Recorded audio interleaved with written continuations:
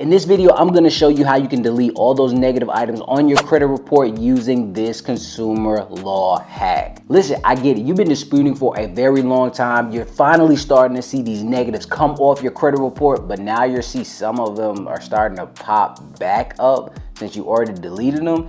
And I know it's super frustrating. So what I'm gonna do is I'm gonna expose how me and all these other credit repair companies deal with these situations right here, so you can make sure that you're not dealing with this ever again. And don't fret, I'm gonna give you the step-by-step on what you need to do to make sure that they stay off. So go ahead, go get your pen and paper. Make sure you get your pen and paper and don't miss any steps, so make sure you stay to the end, all right? And without further ado, let's dive in. And before we get started, ladies and gents, I just want to ask if you don't mind hitting that like button for me, as it helps my channel out a ton. I truly appreciate all your support. I'm trying to help everybody out there with these negatives on their credit report, get them deleted and have them stay deleted, all right? But enough rambling, let's actually get into this negative removal hack. All right, so you've been trying to get these negatives off for a while, and you're finally, again, starting to see some luck, but again, you're starting to notice that a few of them are coming back, whether it's a late payment, collections, more so collections than anything. And you pretty much only know one method, just how to get them off. So I know you're wondering, should I do the same method just to remove it again? Well, you can, but not exactly. See, there's different ways on how you can actually attack this. You can actually do it by the standard way you've been doing, or you can do it the way that I'm about to tell you. So if you've downloaded Identity IQ or MyFreeScoreNow, it'll show you what you got deleted or removed. And at times you will see that it was most likely a removed closed account or a collection or anything of that nature, but then you immediately see it get reported back on your report, which sucks. Now, just to let you know, if you ever see this pop back up, there are many factors that go into why this happened to you, okay? Resulting in you receiving a reinsertion. Now, just from one of the main factors of why this happens is a lot of companies, such as collection companies, at times notice when negatives are brewing to come off of your credit report. So what they will do is they will get with another debt collection company and they will resell your information just to have it put back on your report, okay? Thus allowing them to continue to try to collect payment on that unpaid debt. Does that make sense? Now, again, this is just one of the ways that they actually do it. So I don't want to hear no specialists in my comment section and anything like that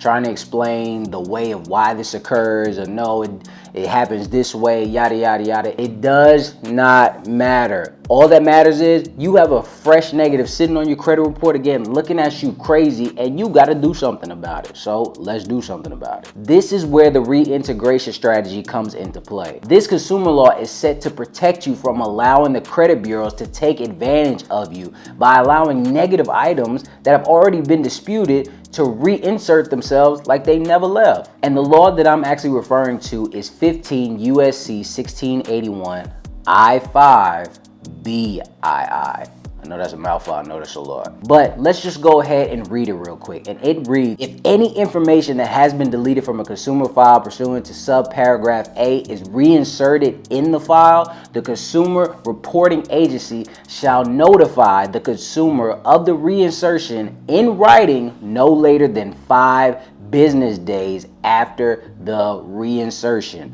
or if authorized by the consumer for that purpose, by any other means available to the agency. Meaning, if any information that has previously been removed from your credit report added back in, the credit reporting agency is required to notify you, which they're not. This notification must be sent in writing within 5 business days of the reinsertion. Now, if you have given permission for the agency to use other methods of communication, then of course they will notify you by that type of way or anything. Essentially, you should still be informed promptly if something like this was deleted off your credit report and it's now reinstated. Does that make sense? So with all that being said, I know you're stating how to, like, you give me all this, I really appreciate this, but we need to understand and get into these steps on how to actually remove this. Don't worry, I got you, because that was the next thing I was gonna do. So let's go ahead and get into the steps to get this done so the credit bureaus can permanently remove this yet again.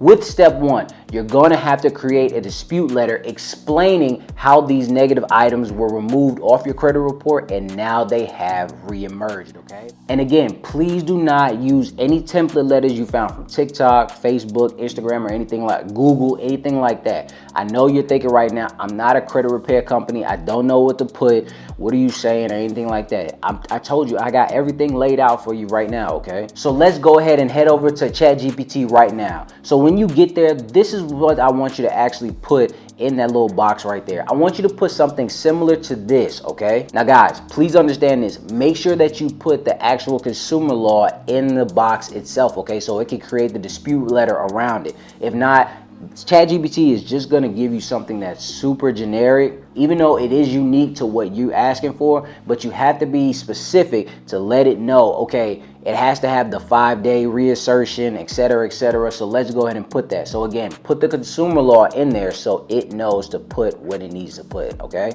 Also guys, if you're having issues still getting these negatives removed off your credit report, whether it's reasserted, brand new, super duper old, it does not matter.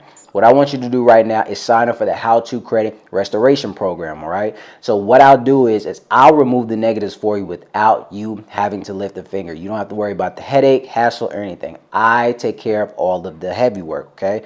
So now you can go ahead and do everything that you need to do, and you have somebody working beside you that's actually working on the negatives, all right? So whether you're trying to get a home, auto loan, business funding, anything like that, you need your personal credit in order. So let me just go ahead and take care of it. If you click the link in the bio right now, it comes with a free 15-minute consultation. Just go ahead and click the link. It's free. So we can go ahead and get onboarded so we can get you on the program so you can stop worrying about those negatives. But enough of that. Let's get back to the video. And just to add a little cherry on top when you're making this dispute letter, please also write in there, you did not let me know 5 days after reinserting these negatives on your credit report, so this needs to be deleted. Just add the little caveat to let them know that you understand the law, but it's still you coming back as a consumer, okay? All right, step two. The next thing I need you to do after you make that dispute letter is I want you to send it certified mail, okay? I know I talked about this a lot in the past, but I'm still gonna continue to beat the dead horse to tell you guys, send everything certified mail. Why? Because certified mail comes with a tracking number, ladies and gents. So with that tracking number, that shows that you know when it's actually going to get there to all of the credit bureaus, okay? And please make sure that you keep that green slip and the receipt, okay? I know I told everybody to keep the green slip in the past, but I didn't know that I had to say the receipt as well, because they actually tell you the tracking number is on the receipt. But please keep both, okay? I don't care if you have to plaster it on your fridge.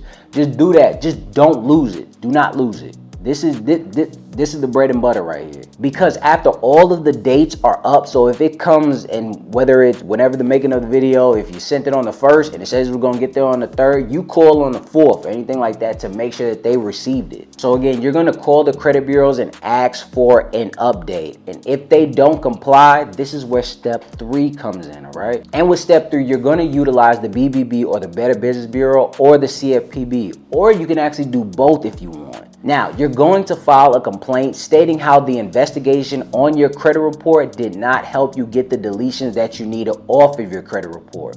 And you're going to also explain to them that these actual negative items were already deleted, but they allowed them to come back on with no harm, no foul to them. And of course, it always comes with any type of descriptions when you actually fill out these complaints. That's where you're going to utilize ChatGPT again. And you're going to ask ChatGPT to give you a good description of what happened and how you utilize 15 USC 1681 I5 BII to protect you, to help you still get everything removed and to actually help your complaint, okay? Now, again, make sure when you do all of this, you upload a copy of that dispute letter that you sent off, and you're gonna put a copy of your ID, your proof of address, your social security number, just to prove your identity, to say who you say you are. And make sure that you give them a valid address, aka a valid email address, because that is where you're going to get the update about your credit report and your complaint, and you need to comply, because if they need anything else, you need to make sure that you can hop on it right then and there, okay? Overall, so if you follow those 3 steps right there, you're going to be able to get those negatives removed within 30 days. probably 12 to 15 days, because the CFPB likes to respond in 12 to 15 days, depending on what the situation is. So if you have to put a pause to this video, if you got to rewatch it, I suggest that you do so, okay? Please, and also share this with somebody that's going through the same issue as well. You could get these things removed. It's in your consumer rights, all right? I want to thank you guys for stopping by. Now, make sure you share this with somebody and make sure you utilize all of these steps so you can get those negatives removed, all right? And until next time, ladies and gents.